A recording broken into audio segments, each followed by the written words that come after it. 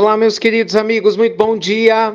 Muito bom dia, gente, muito bom dia!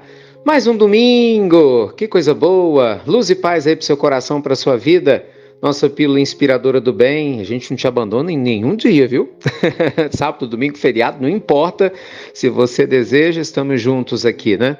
Essa vibe mega positiva aqui do crescimento pessoal. Gente, tem um pessoal que fica questionando que eu não me apresento nas pílulas, que tem muita gente nova, né? Então, eu prometi que eu ia fazer isso novamente, já tem um tempo que eu não faço. Então, para quem não me conhece, eu sou o Ricardo Melo e é uma alegria enorme, com toda certeza, estar aqui com vocês todos os dias, tá bom? Muito bem, hoje eu queria conversar com vocês sobre relações humanas, né? Mais especificamente as linguagens do amor. Gente, eu queria te fazer essa pergunta. Você já parou para pensar que o amor tem linguagens específicas? Deixa eu criar uma situação. Vamos imaginar que você viaja para uma parte do mundo e na hora que você chegar lá, seja no aeroporto ou na rodoviária, você encontra pessoas de diversas nacionalidades, correto? E você naturalmente só sabe falar o seu idioma. Vamos lá, você fala português, assim como eu. E aí a gente tem pessoas de 10 nacionalidades diferentes. Só que você não sabe falar o idioma dessas pessoas. E você precisa se comunicar com elas. E aí, como é que você faria? E fica meio complicado, né? Tudo bem, existe a linguagem universal da mímica, né? Existe uma linguagem universal de alguns pontos comuns, mas, gente, chega uma hora que trava, não trava? Você vai querer falar dos seus sentimentos como? Se ela não vai entender nada do que você está falando e você, do mesmo jeito, vai tentar expressar, o outro não vai compreender. Você vai tentar explicar algo mais complexo, escrevendo ou não, né? Eu tô criando a situação aqui, né, gente? Então esquece que você tem Google, que você pode traduzir. Uma situação, vamos lá, de anos atrás. Resumo da história.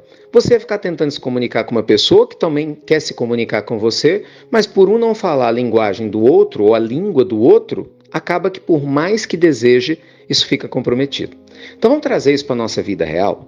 Todos os dias a gente passa por essa experiência, né? Não precisa viajar para outro país não, gente, é dentro de casa, não é? Imagina você com a sua família.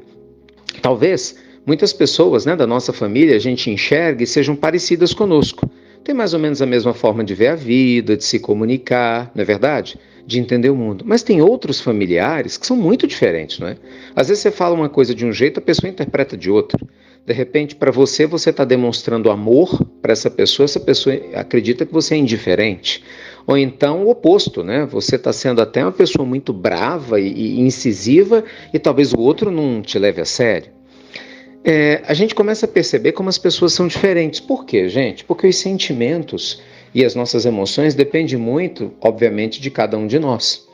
Então, as linguagens do amor, elas são inúmeras, né? Porque você pode conviver com diversas pessoas que se amam umas às outras, mas elas se desentenderem.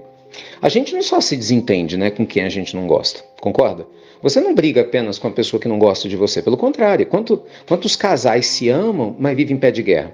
Quantos pais e filhos ou irmãos se amam, mas vivem, né, em conflito constante? Presta atenção nisso. Gente, até espíritos, processos obsessivos, né, muitas vezes têm a raiz na afinidade. Só que a afinidade deixou de ser afinidade por um processo e às vezes virou um ódio, um rancor, mas no final das contas o que todo mundo quer é se sentir amado, né? Se sentir acolhido.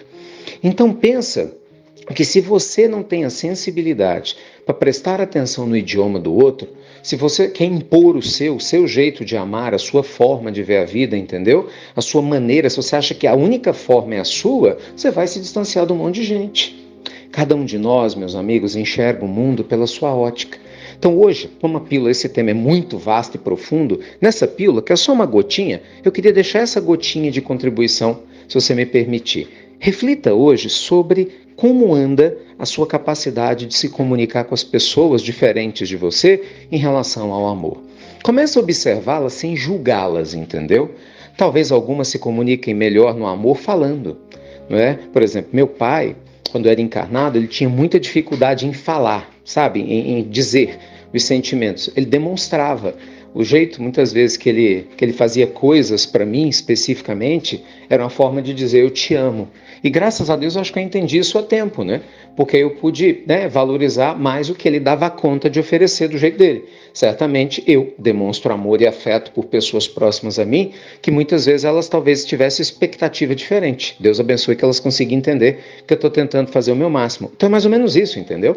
Se você consegue compreender o que o outro está te oferecendo dentro do que ele consegue, você diminui o julgamento e começa a se conectar com a capacidade de amar e a linguagem que o outro utiliza, junto com a linguagem que você já tem. E aí, obviamente, a gente tem que melhorar muito, tem que evoluir os dois braços, tem técnica, tem ferramenta para isso, tem evolução espiritual. Aí tem muito assunto para a gente conversar. Mas por hoje, eu acho que vale a pena a reflexão. E aí, como é que anda as linguagens do amor? Você fala a linguagem do amor? Você tem essa paciência para aprender com os outros? Tema fascinante, né? Fiquem com Deus, meus amigos. Luz e paz e até breve. Até muito, gente, muito breve.